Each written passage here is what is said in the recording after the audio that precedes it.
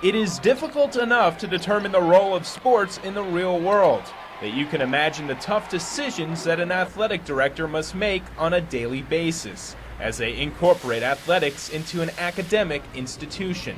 I think athletics really helps you for the real world. You know, you're taught how to work as a team. You're taught how to deal with adversity.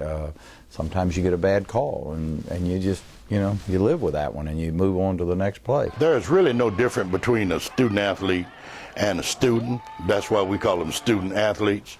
Just more demands on their time. Individual student athletes that are successful at both academics and athletics are very special individuals, very talented individuals, and usually fairly mature and responsible and have some talent in the area of time management.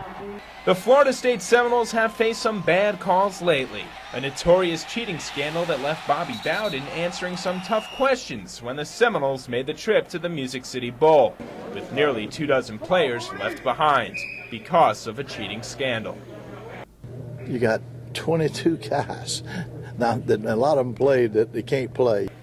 These questions then filtered back to the university, where FSU President T.K. Weatherall had made a greater decision. He had forced out athletic director Dave Hart and was now set to start a new era in FSU athletics. But the scandal wasn't just a wake-up call to FSU. Athletic directors throughout the nation were reminded that while student athletes had the same expectations as their fellow students, there is a magnifying effect when an academic violation involves student athletes.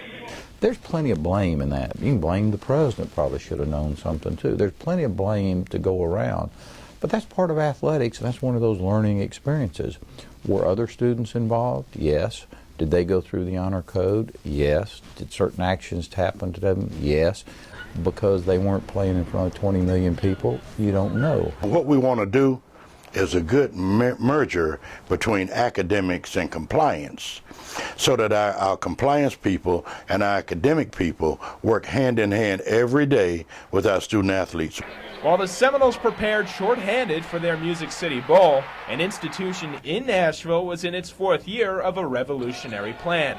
A university competing in the SEC without an athletic department. Anytime you touch college athletics, anytime you change the established order, you're going to get a response.